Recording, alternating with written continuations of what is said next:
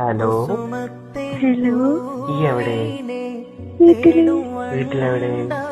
റൂമില്. റൂമിലെവിടെ? കട്ടില്. ഒറ്റയ്ക്ക? ഒറ്റയ്ക്ക്. സത്യമായിട്ടോ?